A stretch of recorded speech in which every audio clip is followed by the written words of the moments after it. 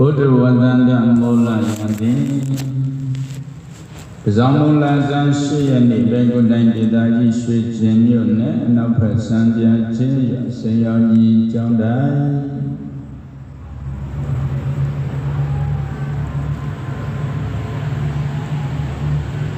Uzeno Yayi Diyamanda Jima Nini Wewe Masiwe Ninya Yola Chakono Ubokta Dende Dura Sendo Ahocha Adi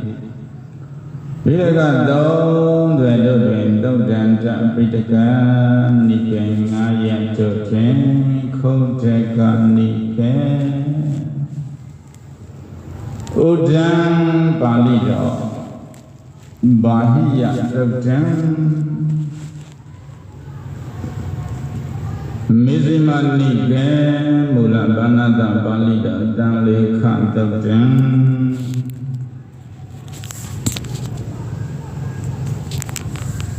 Abhiramata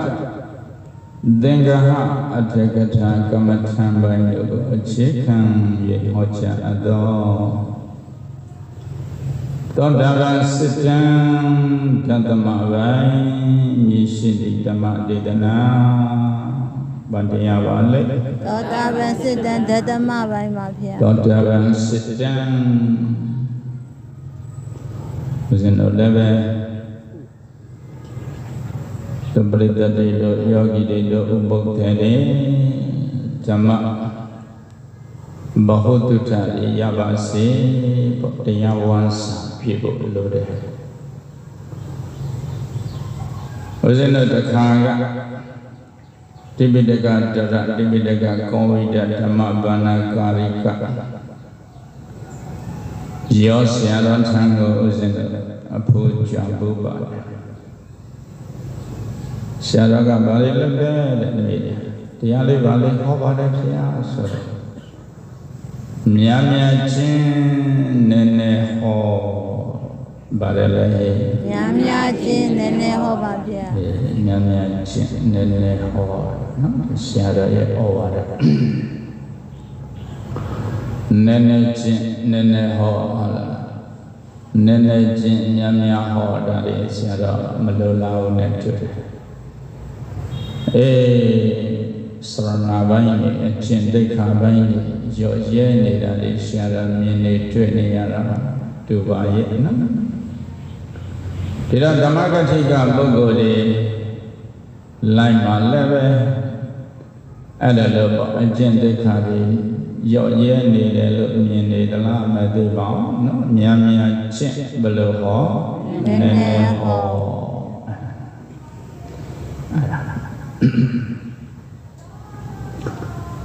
Mengo Tibidega Sharaji, Wandanga, she did not do a le. A yemia, mia baby, a mia never looked in a pogia water, a yembala, a miaga, teacher on teacher. A Miamia Lodina Yenana Shaloda, Arasu, Malaysia, Kosira Hava Padan, Nako, Adamile, Shanraji, Owa Trap, Johnny Jonah Lows in the Owada, can you wale? Did I Gondavan sit down?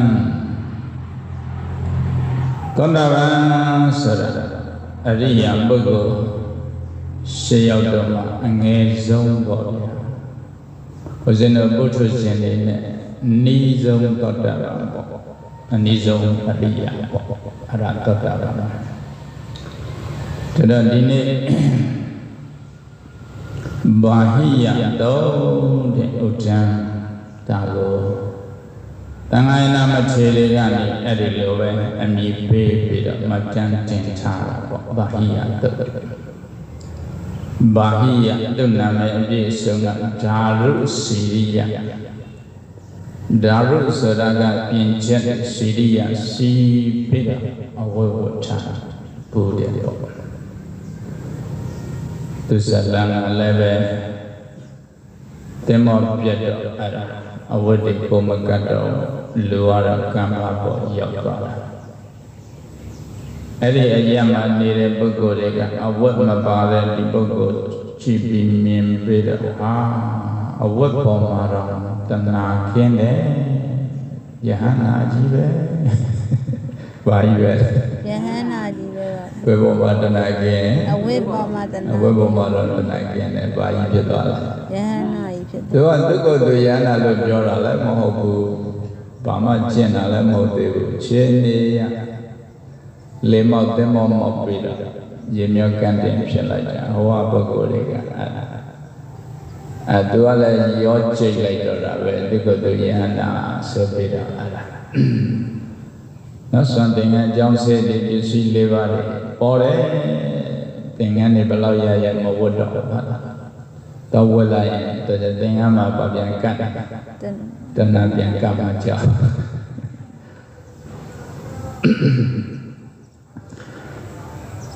ဒါအဲ့ဒီနော်သုတ်ပါရကစိတ်တို့မြတ်စွာဘုရားကတော့တဝတိပြင်မောစေတော်ကြောင်းမှာကင်းအောင်မွေလျော်ဆံပြောတော်မူတဲ့အခါသုတ်ပါရကဆိုတဲ့ဒီ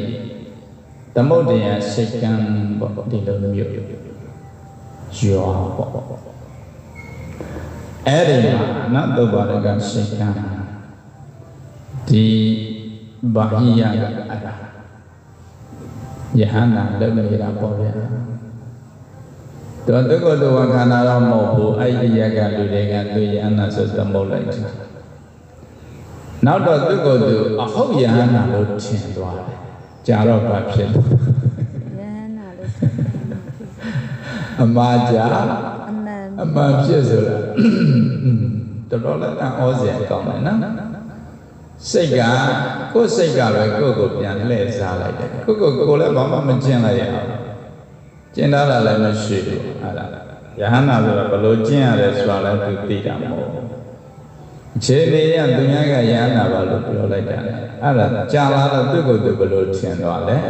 အဟုတ်ယဟန္တာလို့ထင်သွားတာဒါဟုတ်လို့ပြောတာနေမှာပါဟုတ်လားအဲ့ဒါနဲ့သူ့ရဲ့တာလောဟိတာဒေဝတာစာ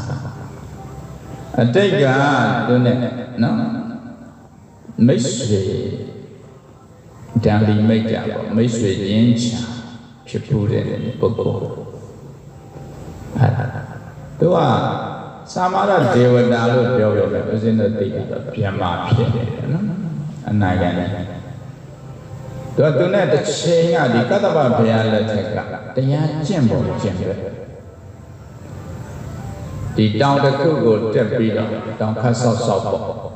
ပုပ္ပတောင်ကလလာတဲ့လေကားနဲ့တဲ့လေကားတွန်းချပြီးတရားကျင့်ရတရားရရင်ရမရရင်သေးအဲ့မှာဒီတယောက်ကတပါးကယဟန္တာဖြစ်လာတပါးကအနာဂတ်ဖြစ်တယ်ကျန်တဲ့နတ်သုံးဥဒါအဲ့မှာဒီပါဠိရတော့ဘာမှဖြစ်ဘူးပေါ့တေပေါ့အခုပါဠိရဖြစ်လာဖြစ်တဲ့အချိန်ဟောအနာဂတ်ကနေအနာဂတ်ဆိုတော့ပြမဖြစ်သွားတော့အဲ့ဒါအတူတူငါနဲ့အတူတရားကျင့်ပေါ်ကျင့်မဲ့တွေရောက်နေလဲကြည့်လိုက်တော့ဟာဟုတ်သမုဒ္ဒရာကမှာဒီကောင်ယဟန္တာလုပ်နေတယ်ဆိုပြီးဒီယဟန္တာလည်းမဟုတ်ဘဲနဲ့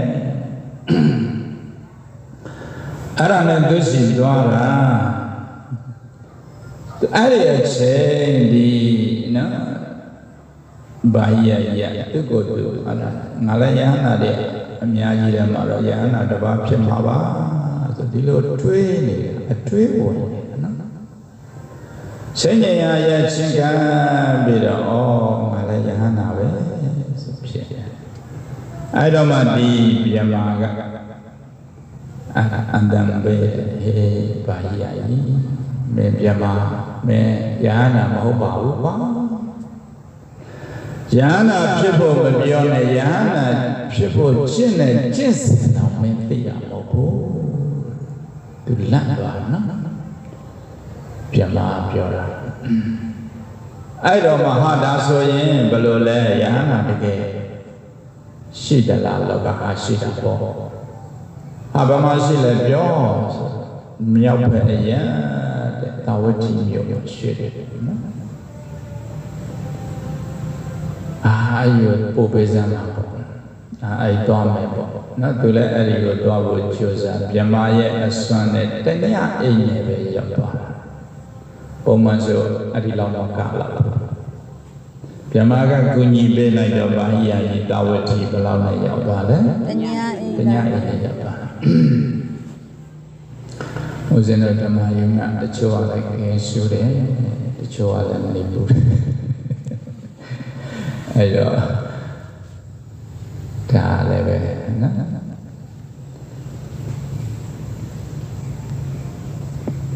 ဦးဇင်းတို့ကဘာကိုလက်ခံထားလဲဆိုတော့စိနေသောရည်သည်တန်ရှင်း၏ဘာလဲလဲစိနေသောရည်သည်တန်ရှင်း၏ဒီနေရာမှာမဟောပဲဟိုထဲမှာပဲဟောရင်ဒီနေရာကြီးရလေလွန်ခဲ့တဲ့တလရေအောက်မှာ10လက်မှလောက်ရှိရေဘယ်လောက်ရှိ10လက်မှလောက်ရှိအဲ့ဒါကိုဒီကလှုပ်အားပေးနေတယ်နော်လှုပ်လိုက်ကြတာအောက်ကတစ်သားတွေတစ်ဆွေးဝါးဆွေးတွေတစ်တုံးတွေယောက်ျား4-5ယောက်လောက်မှလည်းတုံးကြီးတွေလည်းပါအဲ့ဒါတစ်ချက်အဲ့ဘဝမှာတစ်ဆွေးဝါးဆွေးတစ်ချက်အဲ့ဒီဘဝမှာအမှားတစ်ချက်အဲ့ဒီဘဝမှာမျောစာတစ်ချက်နှစ်ပေမြင့်သွားအခုထိုင်နေတဲ့အောက်ဘယ်လောက်မြင့်နှစ်ပေနော်ဒီအရှိနာလာပြီးကြည့်လိုက်အဲ့ဒါသူ original ရောက်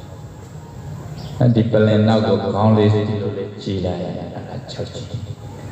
ဒီတော့ဒီမှာခဲလေးအစုခံလိုက်တဲ့အတွက်ငကိုကကြောက်ကြီးကန်းကြီးကနေမြေတွေမမြင့်လာဘူးလားမတန့်သွားဘူးလားမလှသွားဘူးလားလှသွားတယ်အပြစ်ပဲကနေရတခုသူ့ကိုအသုံးပြုလိုက်တာနဲ့အဲ့ဒါဝိုင်းပြီးတော့နော်ကျောင်းသားသူငယ်လေးမျိုးတွေကနော်မမင်းစုတို့ဦးဆောင်တဲ့အဖွဲ့တွေဒီကတန်တန်ဆင်းတဲ့သူသမီးနဲ့နော်ဆရာမတွေကျောင်းသားတွေမနဲ့ဘူးညီကြီးလူတဲ့ပုဂ္ဂိုလ်ကလည်းအရှင်ဘုရားလိုချင်တော့လူမယ်ဖျားတယ်ငါလိုအပ်ချက်များတယ်လို့မင်းကိုယ်တိုင်တော့မဖြန့်မပို့ညီကြီးကိုယ်ရင်တော့အကြောင်းကြားငါဘာမှလှုပ်အားပေးနေပို့ပထမသူကသူ့ဘက်သူနော်ထော်လာကြီးနဲ့ဝယ်ပြီးသူကိုယ်တိုင်နေစားခေါ်ပြီးလိုက်ဖြန့်တာအကုန်နေများတာပေါ့2ဆ3ဆအကုန်ငါလိုအပ်ချက်များတယ်ငါတို့တန်တိုင်းတော့အလိုအားပေးနေဖြန့်တာပေါ့ဒီတော့နော်ဒီမှာဥယဝဆသမားတွေခေါ်စောတွေအပြည့်ခင်းပေးထားပါလေကဲတော့မဆွေးတော့ပါဘူးဘောလည်းသိဝေကောင်းပါလေနော်ခွန်ကြီးလည်းဒီမှာမောင်တေအောင်ထီမိုးပေးထားအဆင်ပြေတယ်အဲ့တော့ဒီသုဘရကစိတ်ကမ်းမှာနော်အဲ့ရနေပဲရောက်သွားပြီလေတာဝတိရောက်တော့ဇေရုံအကြောင်းဆိုတာလည်းသူအဲ့ဟိုမေးဒီမေးနဲ့ရောက်လိုက်ရှိတယ်အဘောကတဲ့ဘိက္ခုလွင်တီးခါယဟန်တွေတခါတည်းနော်ကိုတရားကိုမှတ်နေကြလွင်တီးခါအဘောကလွင်တီးခါဒီလိုသိရိပ်ဝရိပ်တော့မရှိဘူးဘယ်မှာလဲလွင်တီးခါဘာလို့မကြရမှတ်နေတာလဲအဲ့တော့မှဒီပါဠိရည်တော့မေးတယ်မြတ်စွာဘုရားဗမာတော်အာဘုရားဆုံးမကြွနေတယ်ကြောင်းတိုင်းရှုလိုက်တော့အာဘုရားလည်းတွေ့ရတဲ့ခါလည်းမြတ်စွာဘုရားသူတရားဟောပါတေတေတုပန်းတိဘက်ကောဟာဆုံးမကြွနေတာပေါ့ဒီချိန်တရားဟောတဲ့ချိန်မဟုတ်ဘူးအမြတ်စွာဘုရားအရှင်ဘုရားရဲ့အတက်ကလည်းအာမခံခြင်းရှိတာမဟုတ်ဘူးတပည့်တော်အတက်ကလည်းအာမခံခြင်းရှိတာမဟုတ်ဘူးဟောပါ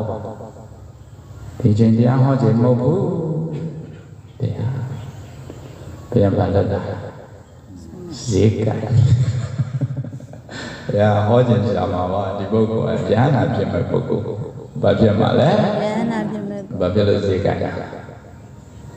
တရားကိုလေးစားအောင်လို့ ဘာဖြစ်လို့ဈေးကိုင်းလဲ တရားကိုလေးစား လောလောဟောပါလောလောဟောပါလို့ပြောလို့ဟောပေးလိုက်ရင်တရားကိုအထင်ကြီးပါမလား ကြည့်ပါ အလကားတရားဟုတ်လားတော်သွားအနောက်ကလိုက်ပြေးလိုက်လာပါရာတေတေတုဗန္တိဘဂဝါတပည့်တော်တရားဟောပေးပါဗျာဒီတရားဟောခြင်းမဟုတ်ဘူးကွာရှင်ဘုရားလည်းပဲအသက်အာမခံခြင်းမရှိဘူးတပည့်တော်အသက်လည်းအာမခံခြင်းမရှိဘူးတေတော့ဘလို့လုပ်မလဲဟောပေးပါစသကားနဲ့ပြောရရင်ဒါဘာလဲဆိုတော့ဇန္နမိတ်လို့ခေါ်တယ်ဘာနမိတ် ဇန်နမိတ်ပါ နောက်ဖြစ်လာမဲ့မှာရှေ့ကနေနည်းနည်းပါပါအကျိုးအကြောင်းလေးရိပ်ဖန်တန်ဖန်လေးပြောပြတာဟုတ်ပါလို့ခေါ်တယ် ဇန်နမိတ် နောက်သူပြိဋိဘဆံပါပဲညာနာဖြစ်ပြီးတာဒီတော့ကိုယ့်ကိုယ်ကိုသိနေတယ်လို့ကြီးဖြစ်နေတာရှင်များဟောပေးပါဟောခြင်းမဟုတ်သေးဘူးကွာနှစ်ကြိမ်ရင်းနဲ့သုံးကြိမ်မြောက်တယ်ဒီလိုပဲတောင်းတာအဲ့ဒါတရားသုံးကြိမ်ကြာတော့ကဲမင်းဒီလောက်နာကျင်လဲဆိုရင်နာကွာတဲ့ဘာကြီးရရဲ့တဲ့ဒိဋ္ဌိဒိဋ္ဌမတ္တံဘဝိတ္တိသုတေသုတ္တမတ္တံဘဝိတ္တိမုတ္တိမုတ္တမတ္တံဘဝိတ္တိဝိညာတေဝိညာဓမ္မတ္တံဘဝိတ္တိမြင်ုံညပဲတဲ့ဒီလိုမှတ်တယ်ကြားရင်ညပဲမြင်တဲ့နောက်ကိုလောဘတွေဒေါသတွေနောက်ကအမြင်မတမ်းနဲ့လို့ပြောတာမြင်ရင်ကောင်းတယ်ကောင်းရင်ကြိုက်တယ်ဆိုလောဘဖြစ်တယ်မြင်ရင်မကောင်းဘူးမကောင်းရင်မုန်းတယ်ဆိုဒေါသဖြစ်တယ်နော်မြင်တာကိုအမှုမဲ့အမှတ်မဲ့သွားပါဖြစ်မောဟဖြစ်တယ်ဒီတော့မြင်တဲ့အပေါ်မှာမြင်တယ်လေးနဲ့မှတ်ပေးလိုက်ရင်အဲ့ဒါဒိဋ္ဌိဒိဋ္ဌမတ္တဖြစ်သွားတာပဲသုတေသုတ္တမတ္တံဘဝိတ္တိကြားလင်ကြားကမြကြားတယ်နဲ့မှမုတ္တေမုတ္တမတ္တံဘဝိတ္တိမုတ္တထိတွေ့တာပေါ့နော်ကျန်တဲ့နှခါရှာကိုဒီတော့သူလာထိတွေ့မှသူကသိရအောင်စိတ်ဖြစ်တာအဲ့ဒီခါလည်းပဲစားတယ်မှနန်းနဲ့မွေးတယ်မှထိတယ်ဒီလိုမှလားဝိညာဉ်တေဝိညာဏဓမ္မတံဘဝိတ္တိသိရင်သိယုံမြသိတယ်မှဒါကမျက်စိနာရှာကိုယ်စိတ်ဒေါသ6ပါးဆုံးသွားပြီနော်တို့ယောဂီတွေမှတ်နေတဲ့အတိုင်းပါပဲတူပဲ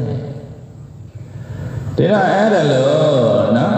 ဘုရားကနေပြီးတော့ဒီလိုတဖြည်းဖြည်းရှုမှတ်ပွားများသွားရင်အဲ့ဒီမှာနောက်ဆုံးဒီဘဝဟောဘဝဘယ်ဘဝမှာမရှိတော့ဘဲနဲ့အဲ့ဒါ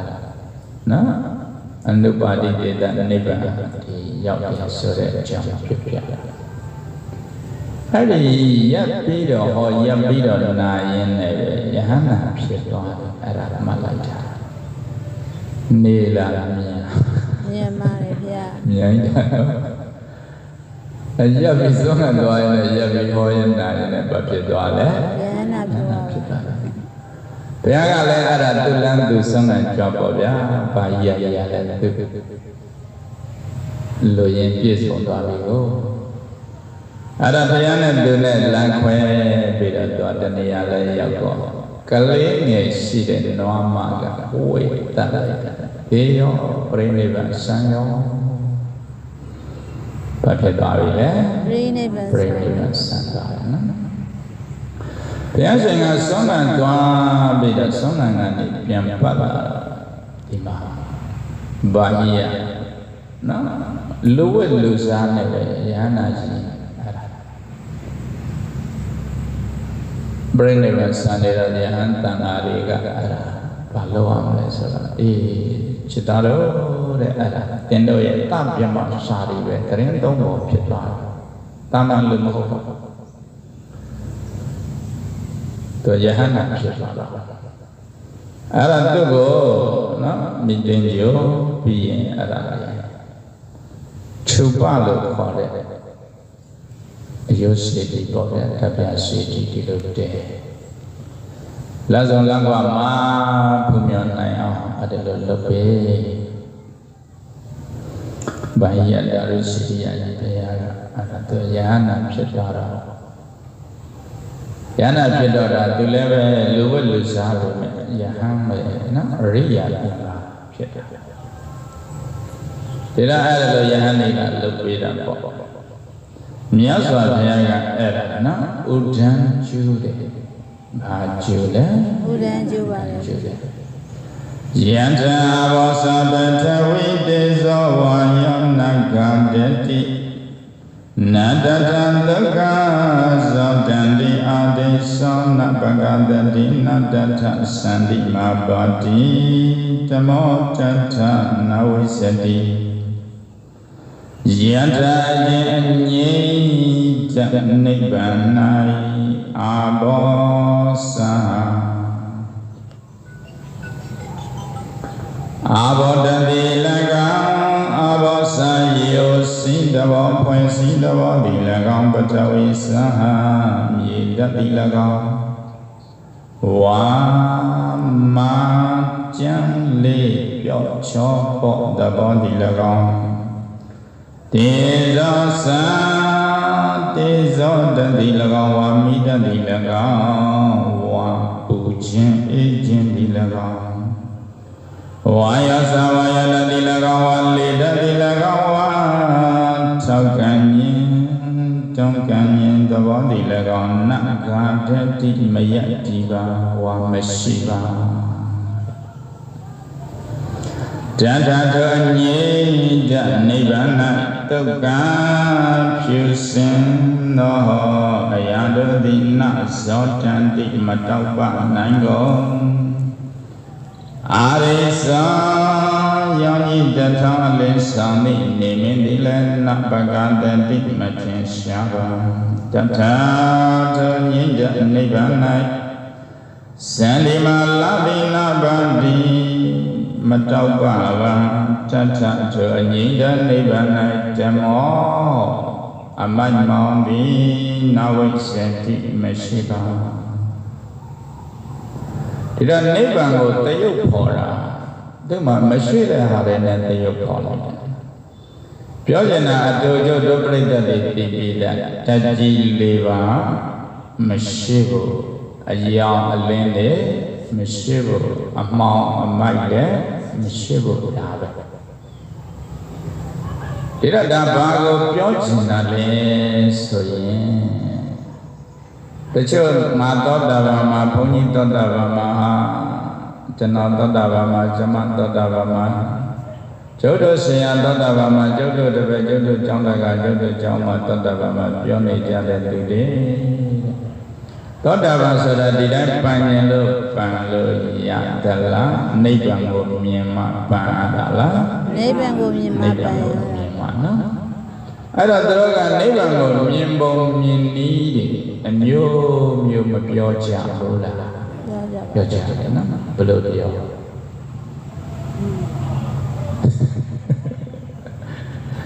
ဘယ်လိုပြောအမျိုးမျိုးပဲပေါ့အမျိုးမျိုးပြောရတယ်ဆိုတချို့ကလည်းစက်တီးမွေးခြင်းလေးထသွားရင်ဘာဖြစ်နိဗ္ဗာန်ပဲဟုတ်လားအဲ့လိုပြောတဲ့ဘုန်းကြီးတွေရောရှိလားရှိပါတယ်ဗျာတချို့ကအယောင်လင်းကြီးတွေမြင်နေဆိုပါလို့ပြောနိဗ္ဗာန်ဆိုတာတက္ကရာတစ်ခုမှာအယောင်လင်းနိဗ္ဗာန်တချို့ကြတော့လည်းပဲဘာပြောလဲဆိုရင်ထဲမှာအေးသွားတယ်အေးဒုကြီး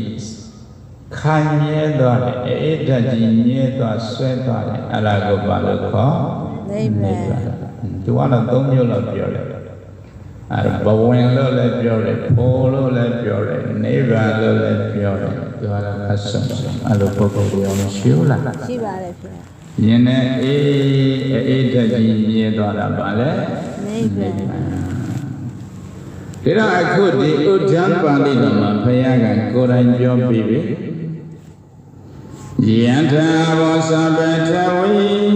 တေဇောဝါယောနဂတတိအဲ့ဒီမှာအေးဓာတ်ဆိုတဲ့ဟာကြီးကိုဦးဇင်းတို့လက်တွေ့စမ်းကြည့်အပူအေးအဲ့ဒါကိုတေဇောလို့ခေါ်တယ်ပါဠိလိုပူရာကိုဩနတေဇောအေးရာကိုတိတာတေဇောဒါတော့တေဇောမရှိဘူးဆိုရင်ပူရာရောရှိတယ်လားအေးရာရောရှိတယ်လားမရှိတော့အေးရာတွေတွေ့နေရင်အဲ့ဒါနိဗ္ဗာန်ကိုတွေ့တာလားတိတတေဇောတွေ့နေတာလားတိတတေဇောတွေ့တာဘုရားကတည်းကရှင်းရှင်းကြီးပြောထားတာတေဇောမရှိဘူးတဲ့ပူရာလည်းမရှိဘူးအေးရာလည်းမရှိဘူးတဲ့နော်ရှင်းတော်တော်ရှင်းတဲ့ယထာဝသဗ္ဗထဝိတေဇောဝါယောနဂတတိနတထတက္က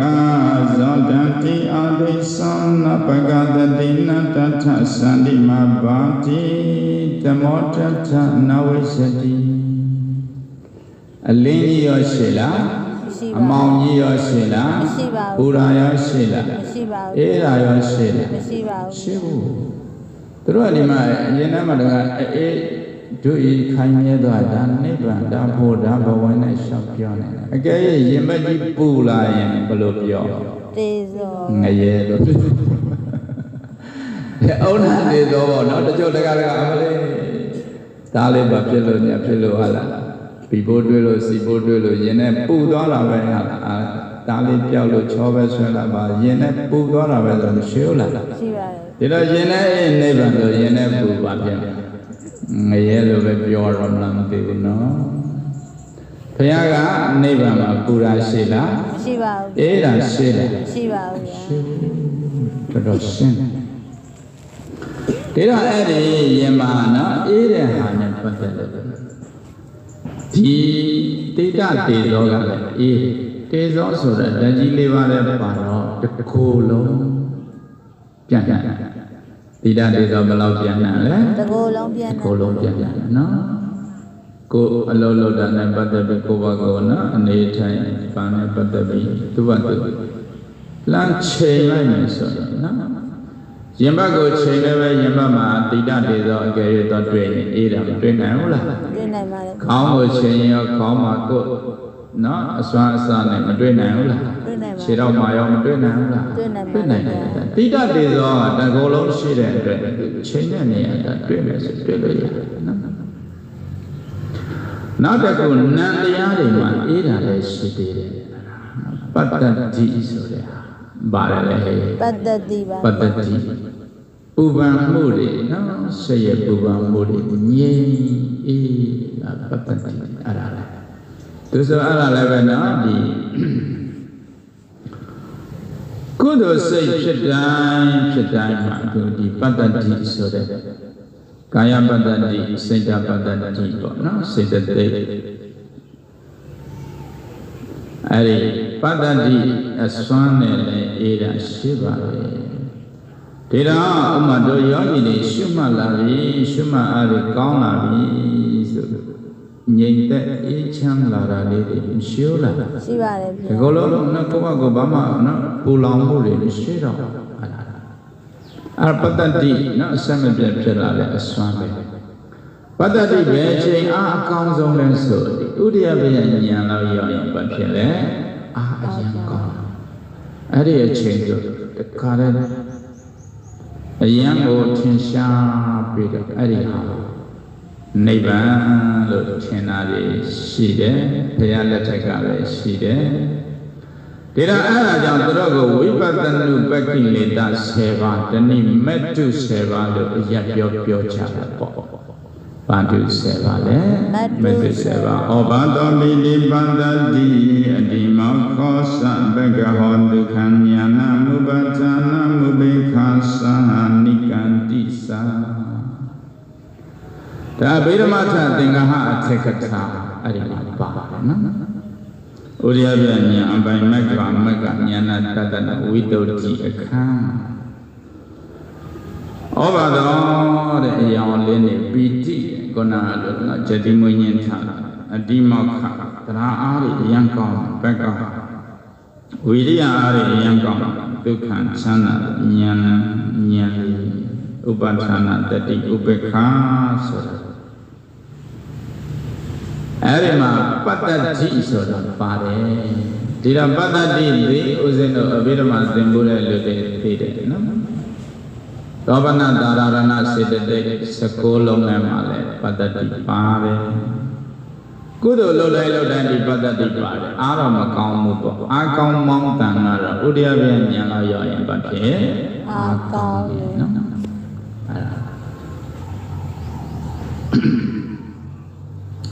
အဲ့ဒီငြိမ်းချမ်းတဲ့သဘောလေးတွေနော်အေးချမ်းတဲ့အဲ့မှာအေးချမ်းတဲ့သဘောလေးအဲ့ဒါပတ္တတိဆိုတာဒါကနံရုပ်အေးတာကဘာလဲတိတတေသောနံအေးတာကဘယ်လိုပတ္တတိအဲ့ဒါကိုသွားတွေ့တာကိုကဘဟုတုတ္တမရှိတော့ဘာလို့နာမည်တက်လဲနိဗ္ဗာန်ဆိုပြီးနာမည်တက်တယ်အဲ့တော့နိဗ္ဗာန်ကိုတက်မှတော့သူကဘာဖြစ်သွားပြီလဲသောတပန်ဖြစ်ပြီပေါ့နိဗ္ဗာန်မြင်မှတော့အနည်းဆုံးပဲရောက်သောတပန်ဖြစ်တယ်အဲ့ဒါကိုဘဟုတုတ္တအာနေချက်ကြောင့်နော်ကိုယ်တိုင်လွယ်ကို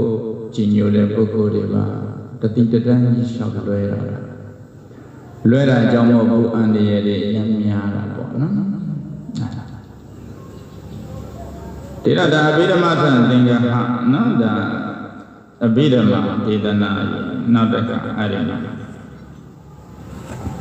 နိဗ္ဗာန်ကအဲ့ဒါလို့ခုနကပတ္တတိဆိုတာလဲစေတသိက်တရားပဲစေတသိက်ဆိုတော့နံတရားပေါ့ဘာတရားလဲနံတရားပါဗျာနိဗ္ဗာန်မှာအဲ့ဒါလို့စိတ်ဖြစ်ဖြစ်စေတသိက်ဖြစ်ဖြစ်ဒီစိတ်စေတသိက်ဆိုတဲ့နံကအာယုံကိုယူတတ်တယ်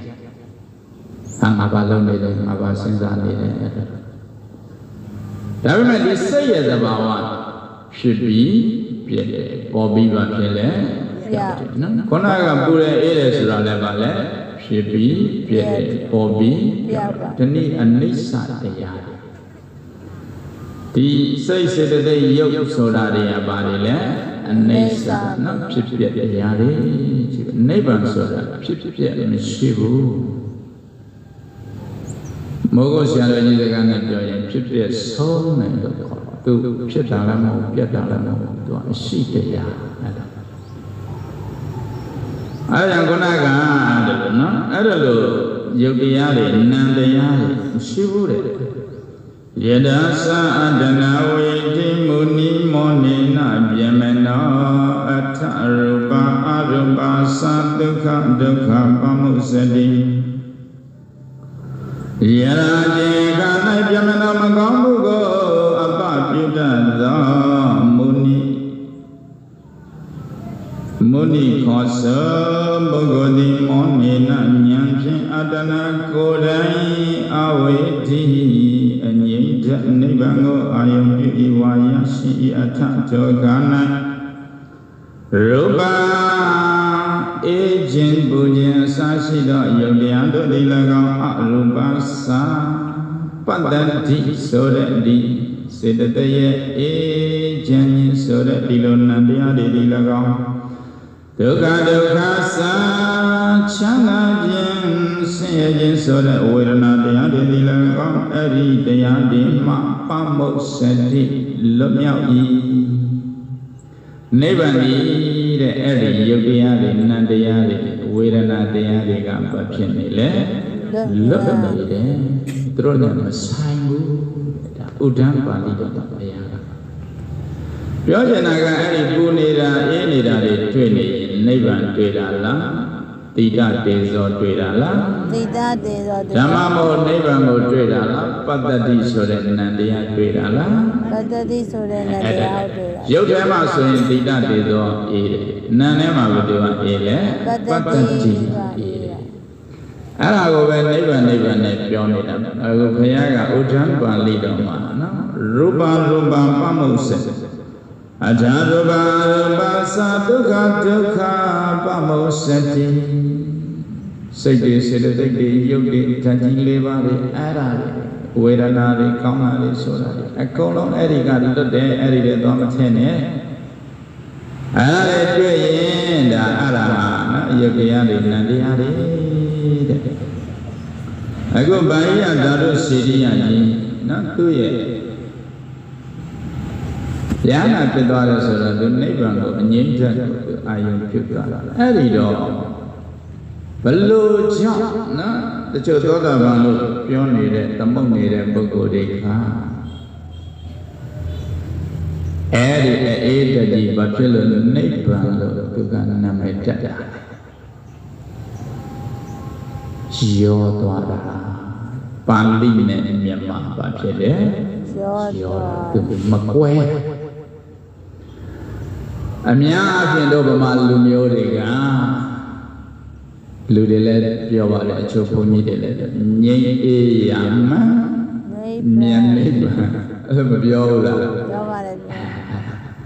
သူကတကယ်ပါဠိကိုသူကောင်းကောင်းမသင်ဘူးတော့မသိတော့အဲ့ဒီမြန်မာစကားနဲ့လွဲတော့ငြိမ်းအေးရမှဘာဖြစ်လဲမြန်နိဗ္ဗာန်နိဗ္ဗာန်ဆိုဘာဖြစ်ရမှာလဲအေးဆိုတဲ့စကားလုံးလေးမပါဘူးလားပါပါတယ်တကယ်တော့အဲ့ဒါမြန်မာပါဠိအဲ့လိုတော့တန်တိလက္ခဏံနိဗ္ဗာန်နိဗ္ဗာန်နိဗ္ဗာန်စရတန်တိလက္ခဏံငြိမ်းနဲ့အနေနဲ့သူကိုမှတ်နိုင်တယ်အေးပါလေလားပါပါနော်ဒါဥဟုတ်စင်ရဲ့ပါဠိမြန်မာအပိဓာမှာဒီလိုပဲငြိမ်းတာတစ်လုံးနဲ့ပဲပါတယ်အေးတာ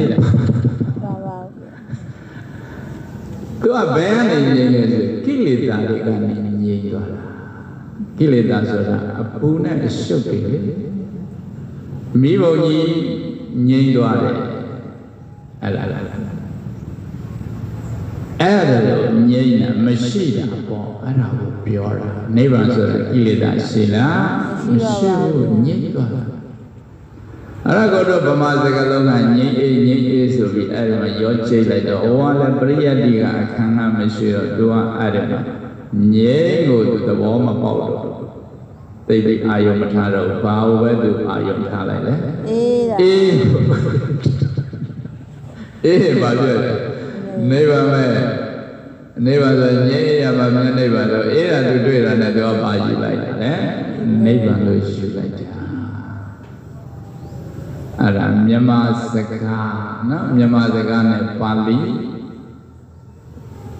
ကတန်တိသမုဒ္ဒတဲ့ဥပဒငြိမ်းခြင်းပေါ့အဲ့ငြိမ်းတော့ပဲထားနောက်ကဘာမထဲနဲ့လဲအေးတော့အေးတဲ့ဘယ်တဲ့ရောက်အောင်သီလတည်တော်တဲ့ရောက်ခြင်းရောက်မယ်ပတ္တတိတဲ့ရောက်ခြင်းရောက်မယ်နိဗ္ဗာန်ကဘာပဲဖြစ်တာလဲကိလေသာငြိမ်းတာကိလေသာအပူမရှိတာအပူမရှိရင်အေးပဲဆိုပြီးတုတ်ထွက်လိုက်ရောအဲ့တော့သူကနော်ဘုဟုတ္တမရှိတော့အဲ့ဒါယဟန်ပုဂ္ဂိုလ်လည်းပါနော်ပရိယတ္တိဘုဟုတ္တအာနေအဲ့ဒါအေးတာနိဗ္ဗာန်လို့ရလူတွေကလည်းအများအပြားပရိယတ္တိဘုဟုတ္တမရှိတဲ့သူကခံများဆိုတော့သူတို့လည်းပါဘယ်နောက်လိုက်တော့လဲအေးတာပါဖြစ်တယ်နိဗ္ဗာန်အဲ့ဒါဖြစ်ကုန်တာရှူတဲ့အာကြီးလည်းဟာလားအရှိကြီးရှူတော့လေတွေကအပြင်လေတွေအထဲများမရောက်ဘူးလားရောက်ပါတယ်ဗျအဲ့ဒါကြီးကနော်လေဆိုတာဘာတတ္တိရှိလဲအပြင်လေကဘာတတ္တိရှိလဲအေးတဲ့တတ္တိရှိတယ်ဦးဇင်းတို့ဇတ်တော်တစ်ခုဇတ်တော်တစ်ခုမှာအဲ့ဒါနော်အေးတာနဲ့ပတ်သက်လို့အေးဘယ်ဟာအေးတာလဲတပင်ကအေးတာလားဝါပင်ကအေးတာလားနဲ့ဟာလားသူတို့တိရစ္ဆာန်တွေအငင်းကုန်ဖြစ်တယ်နောက်ဆုံးတော့လေကြောင့်အေးတာဘာကြောင့်အေးတာလေကြောင့်အေးသူကမ္မထာလည်းဟာလားလေကိုများဝင်အောင်မဟာရယာကြီးလှုပ်ထဲအဲ့ဒါတွေအဲ့ဒီရဲ့စွမ်းအားတွေနဲ့နော်ဗဟိတလေတွေနော်ဒီသီတတေသောအားကောင်းတဲ့အားတွေအထဲမှာတပြေးပြေးကြာလာတော့ဘာလဲသာတွေ့ တော့မြန်မာစကားနဲ့ပါဠိဖလှယ်တာကလည်းမြန်မာကလည်းဘယ်လိုဖလှယ်ငြိမ်းအေးရာမှန်မျက်နှိပ်ပါပါဠိကအေးမပါဘူးတန်တိဆိုရင်ပါပဲရလဲငြိမ်းတာပဲအေးဆိုရင်တိတပါဠိမှာအေးတာဘာလို့ခေါ်လဲတိတငြိမ်းတာကိုတန်တိအဲ့တော့တန်တိတိတလို့ပြောလားတန်တိလို့ပဲပြောတော့တန်တိနိဗ္ဗာန်ကိုတန်တိပဲငြိမ်းတာဒီလိုပဲပါဠိမှာလာအဲ့ဒါကိုမြန်မာတွေကမြန်မာစကားနဲ့ပြောင်းတော့ငြိမ်းနေမရဘူးသဘောကောင်းပြီးနောက်ကပါဠိထည့်ပေးအေးလေးပါထည့်ပေးလိုက်တဲ့ငြိမ်းအေးနဲ့ကြာလာတော့အဲ့ဒါဘုဟုတ္တနဲ့တော့ပါဠိအားနဲ့တော့ဘယ်ဟာကိုပဲအပီကန်လိုက်လေအေးဒါကိုအပိုင်းကန်အေးဒါတွေတွေ့ရင်အဲ့ဒါနိဗ္ဗာန်ပဲဆိုအမလေးအဲ့ဝါဒကြီးအုံထမဖြစ်သွားဘူးလားဖြစ်သွားပါလေဗျာတို့ပြိတ္တာတော့ပါလေပါပါဗျာရှင်ရင်အေးနိဗ္ဗာန်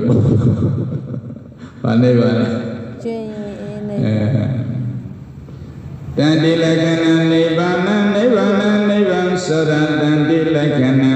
ငြိမ်းတဲ့လက္ခဏာရှိတယ်ဣသုတိရတံမရွေလျော့တဲ့ကိစ္စရှိတယ်မရွေလျော့တော့ဘူးဆိုမပြတ်ရှိတော့ဘူးပေါ့ဗျာမပြတ်တော့ဘူးသဘောပေါက်လားနိဗ္ဗာန်တန်တိလက္ခဏာဣသုတိရတံအဲ့ဒါလို့နိဗ္ဗာန်ဆိုတာဘာလဲဆိုငြိမ်းတာနိဗ္ဗာန်မပြတ်တာဘာလဲနိဗ္ဗာန်နော်အဘိဓမ္မာသင်္ကမှာပတ္တမေသုတ္တမေသံတံနဲ့ဣစုတံသုတိရွေလျောသင်ရတဲ့သဘောမရှိဘူးဆိုတာပြတ်တာမရှိတော့မပြတ်တော့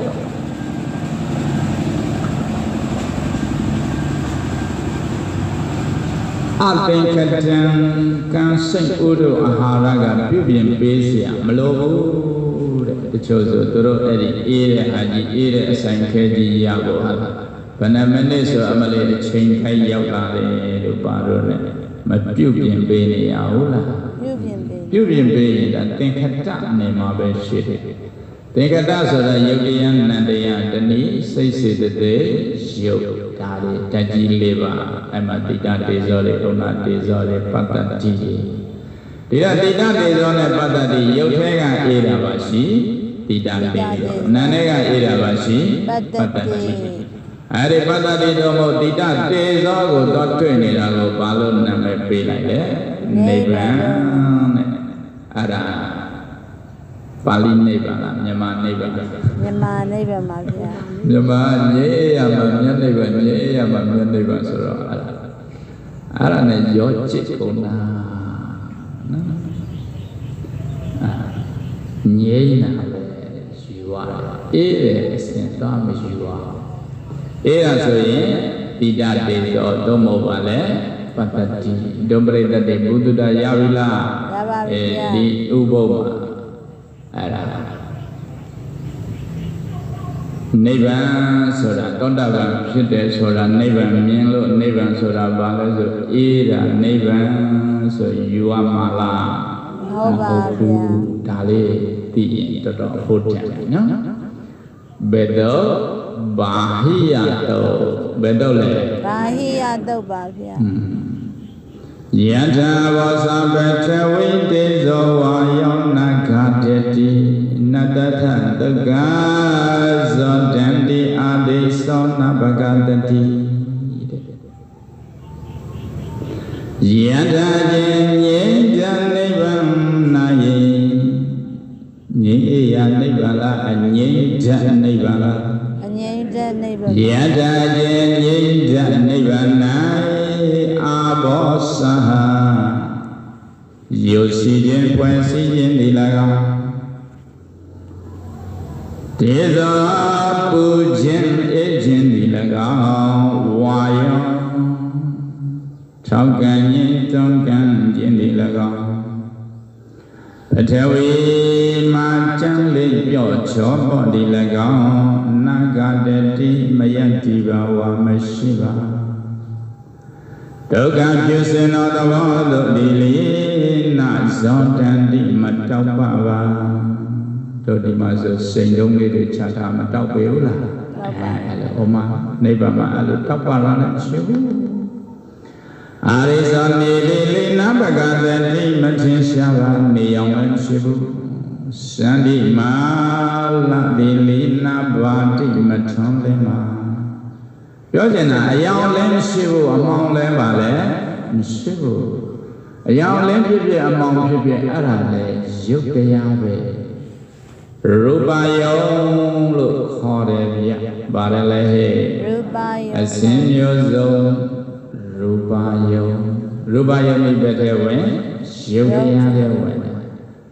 ရုပ်ကရုပ်ပဲလေရုပ်ကနိဗ္ဗာန်မှာမဟုတ်တာတချို့ကလင်းလင်းကြီးမြင်ရင်ဘာလို့တတ်မှတ်လိုက်လဲနိဗ္ဗာန်လင်းလင်းကြီးอ่ะဘာလဲရူပယုံရုပ်ထားပါအဲ့ဒါဒီနိဗ္ဗာန်အဲ့ဒါဒီနိဗ္ဗာန်လားတိတတေသောသို့မဟုတ်ပတ္တတိလားရုပ်ထဲကတိတတေသောနာမ်ထဲကပတ္တတိဒါပဲဝါဇန်ရှိဖို့မလိုပဲဟုတ်လားလိုပါတယ်လိုတယ်အဲ့ဒါပန်းတိုင်လွဲရင်ကျန်တာအကုန်လွဲဘာလွဲရင်အကုန်လွဲပန်းတိုင်လွဲရင်ကျန်တာအကုန်လွဲနော်ယထာကောင်းကြီးကရန်ကုန်ဘက်ကိုလှည့်ထားပြီးဆိုရင်မန္တလေးရောက်ပါမလားမရောက်တော့ဘူးမောင်းလေးပဲရောက်မလဲရန်ကုန်မရောက်ပါအဲ့ဒါပန်းနိုင်ဟာရင်မလားအေးဓာတ်ဆိုင်ခဲကြီးစုဖွဲ့တာနိဗ္ဗာန်အဲ့ဒါကြီးကိုပဲသူကချိန်ထားပြီးလောက်သမျှနော်အဲ့လိုယူထားရင်အဲ့ဒါကိုမိစ္ဆာဒိဋ္ဌိအဲ့ဒါမိစ္ဆာဝါစာမိစ္ဆာနော်အဲ့ဒါနဲ့ပတ်သက်ပြီးတွေးကြရင်ဘာဖြစ်လဲမိစ္ဆာသင်္ကပ္ပအဲ့ဒါနဲ့ပတ်သက်ပြီးစကားလေးပြောမယ်အလုပ်တွေလုပ်မယ်အတမွေးဝမ်းကြောင်းတွေနှွယ်သွားရင်ဘာဖြစ်လဲမိစ္ဆာဝါစာမိစ္ဆာကမ္မန္တမိစ္ဆာအာစီဝါအဲ့ဒါနဲ့ပတ်သက်တဲ့နော်ဒီလောကီမှာလဲစိတ်တည်ငြိမ်မှုတွေရှိတတ်တာပါပဲမိစ္ဆာတတိမိစ္ဆာသမာဓိမိစ္ဆာဝါယမအဲ့ဒါတွေဖြစ်တယ်မိစ္ဆာမဲ့ခင်၈ပါးတဲ့ရောက်သွားတယ်နော်ဟောဦးဇင်းတို့အဲ့ဒါကအာဓမ္မတုတ်ပါတာပေါ့ဦးဇင်းတို့ဒီပါဏာသမူလပါဏာသပါဠိတော်တန်လေခတုံမှာကြတော့မိစ္ဆာညာမိဆိုတာမိစ္ဆာဝိမု ക്തി ဆိုတာပြမိစ္ဆာညာမိမိစ္ဆာညာမိစ္ဆာဝိမု ക്തി မိစ္ဆာမှားယွင်းတော့ဒီလွတ်မြောက်ကြောင်းနိဗ္ဗာန်ပေါ့အဲ့တော့ဒီအငြိမ့်ချက်ကိုသူကတကယ်မှန်မှန်ကန်ကန်မဖော်ထုတ်မသိရှိတော့အေးဒါကြီးသူကနိဗ္ဗာန်လောက်လိုက်တော့အဲ့ဒါမိစ္ဆာဝိမု ക്തി လို့ခေါ်တယ်တကယ်အငြိမ့်ချက်နော်တန်လျာဝိတုခကလွတ်မြောက်တဲ့အရာမဟုတ်တဲ့ဟာပေါ်မှာသူကလွတ်မြောက်တယ်လို့သူကယူဆလိုက်တဲ့အတွက်အဲ့ဒါဒီပါလေမိစ္ဆာဝိမု ക്തി ဖြစ်သွားတယ်အဲ့ဒီအတိုင်းနော်သိနေတာကြီးက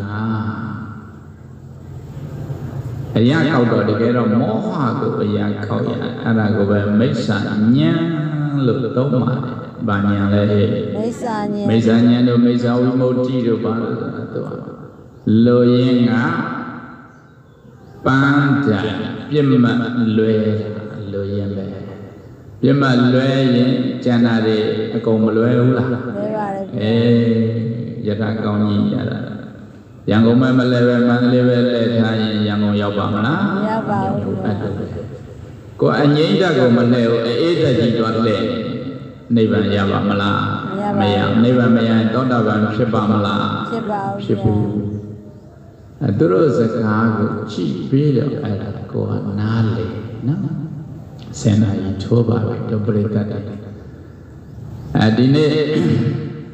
ဘာဟိယတုတ်တံဥဒ္ဒံပါဠိတော်မှာနော်မြတ်စွာဘုရားရဲ့စကားတွေကိုနာကြားလိုက်ရတဲ့အတွက်နိဗ္ဗာန်အစစ်နဲ့နိဗ္ဗာန်အတုက ဒါတွေကိုသိရှိဝါမြောက်သဘောပေါက်ပြီးမိမိတို့သည်အတုကိုရှောင်ခွာအစစ်ကိုဖက်တွယ်ပြီးတာအလောလောရဲ့အငြိမ့်တဲ့နိဗ္ဗာန်ကိုမျက်မှောက်ပြုနိုင်ကြပါစေကုန်သောရဲ့လို့ပတ္ထနာအောင်ဆွပြုကြလေကုန်ရသတည်း